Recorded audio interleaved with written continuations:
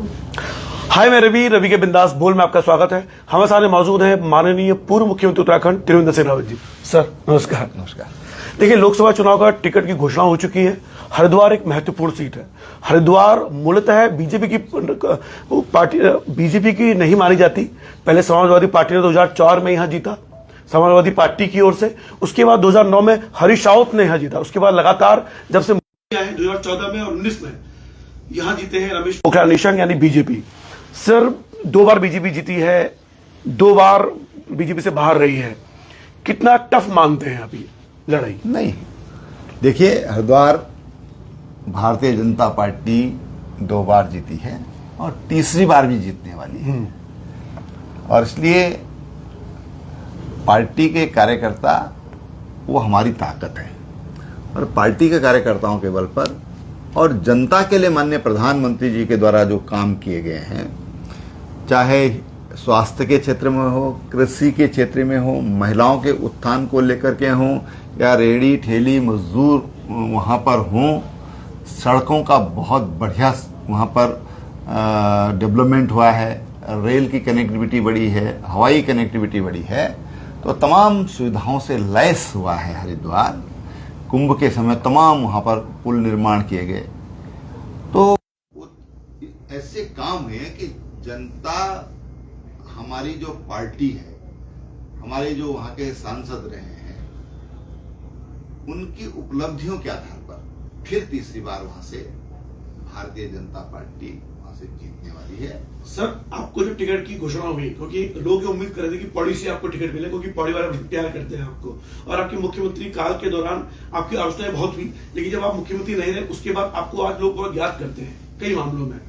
अब हरिद्वार में लोग सोचेंगे चलो जो हमने किया, अब हरिद्वार से आप जीते। जब आपको टिकट की घोषणा हुई तो मन में कहीं डर था कि यार पता नहीं मिले ना मिले, या क्या कुछ भाव, क्योंकि बीजेपी में कब किसको कहां मिल जाए कुछ। हम लोग अनपेक्षित भाव से काम करते हैं। हम कर्म में विश्वास रखते हैं। गीता में कहा गया निष्काम कर्मियों की बात की गई है। तो हम निष्काम भाव से काम करते हैं, समाज के लिए काम करते हैं, देश के लिए काम करते हैं, और पार्टी विचार करती है, पार्टी निर्णय लेती है। देखिए, भारतीय जनता पार्टी एक ऐसी पार्टी है कि एक बार भी हमसे बातचीत ये नहीं कहा गया हाँ भाई तुम क्या चाहते हो, कैसा है। पार्टी ने स्वयं विचार किया और पार्टी ने स्वयं निर्णय लिया कि कहां से किस प्रत्याशी को लड़ाना है। पार्टी हमेशा, आपने देखा होगा कभी भी, कि नए लोगों को, नए चेहरों को हर बार मौका देती है। तो तमाम चीजें हैं, पार्टी अवसर देती है। और ये सोचना कि कोई घबराहट या कोई ऐसी बात ही नहीं है। तो तब होती है जब चीजें हम अपेक्षा करते हैं। कष्ट कब होता है? जब हम अपेक्षा करते हैं, ज्यादा उम्मीद करते हैं। सर, मैंने अभी मैं जब देखा तो 2014 में जब निशंक की जीत लड़े थे चुनाव, और उसके बाद कांग्रेस और बहुजन समाज पार्टी को मिला के भी अगर वोट करें तो उससे हमेशा बीजेपी आगे रही 2014 में। फिर 2019 में भी यही हुआ कि पोखरियाल जी को टिकट, उससे ज्यादा उनको वोट मिले।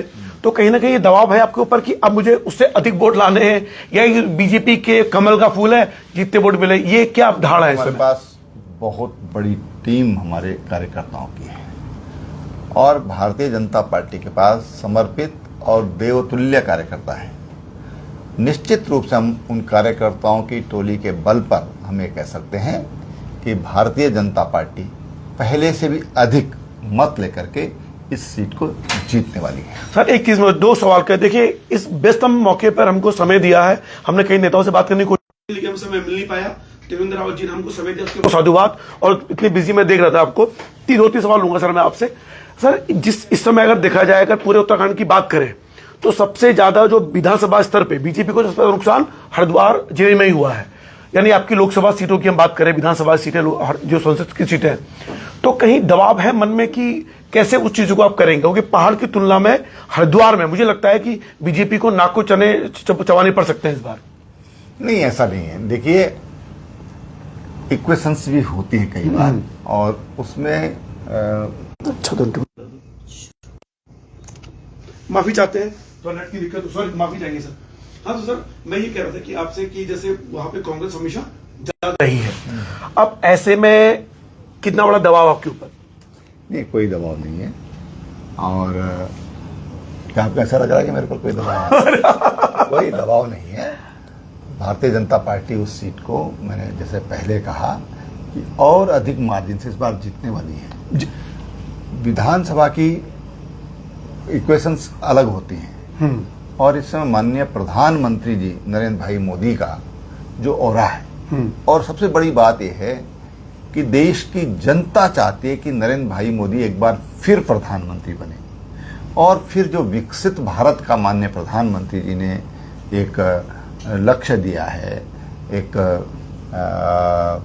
एजेंडा रखा है जनता के सामने, तो जनता सब कुछ जानती है कि आखिर कैसे क्यों हमको भारतीय जनता पार्टी को सपोर्ट करें।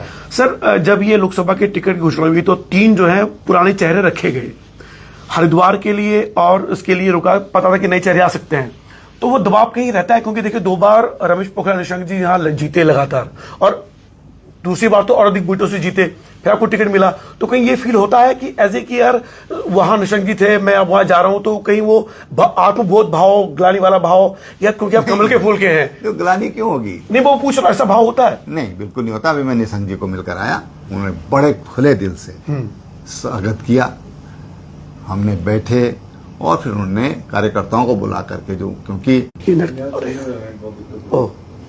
सर माफी चाहूंगा, सर मैं माफी चाहूंगा। देखिए इस व्यस्त समय भी त्रिवेंद्र रावत जी हमको नेट जाने के और समय दे रहे हैं, तो सर मैं फिर माफी के साथ चाहूंगा।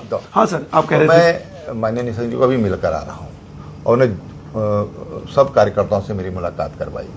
स्वाभाविक रूप से एक जब हम काम करते हैं, विचारधारा के लिए काम करते हैं, फिर भी एक व्यक्तिगत जो अटैचमेंट होता है वो होता है, तो उन्हें सारे कार्यकर्ताओं को बुलाकर और सबको आह्वान किया कि भाई सबको पार्टी को जिताने के लगना, ये भारतीय जनता पार्टी की खासियत है।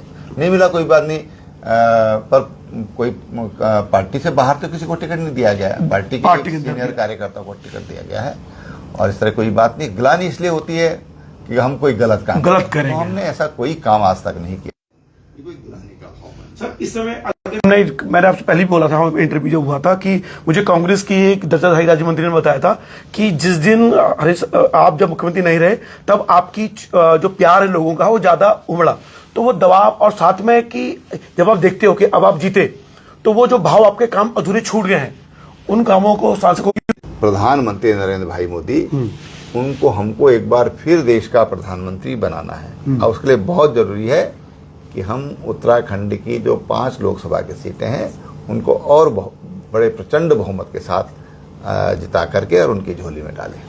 तो ये थे त्रिवेंद्र रावत जी। फिलहाल नेट की समस्या है तो समय कम है, लेकिन उसके बावजूद दोबारा मिलेंगे, हरिद्वार में जाएंगे हम लोग और बात देखेंगे, लोगों से जानने की कोशिश करेंगे। हमारी कुंवर पड़ोसी चैंपियंस से बात हुई तो बड़े उत्साहित दिखे, और जो उस क्षेत्र के लोग हैं, और जब मैं यहाँ आया हूँ तो काफी लोग उत्साह में थे, और मुझे लगता है कि भाजपा कार्यकर्ताओं में जोश इसलिए है क्योंकि उत्तराखंड के ईमानदार मुख्यमंत्रियों में से, सख्त अनुशासन प्रिय मुख्यमंत्रियों में से एक अब उनके क्षेत्र में हरिद्वार में, वो हरिद्वार जो सबका भला करती है, जहां मोक्ष मिलता है, अब वहां ईमानदारी को एक नया आयाम मिलेगा त्रिवेंद्र सिंह रावत जी के रूप में।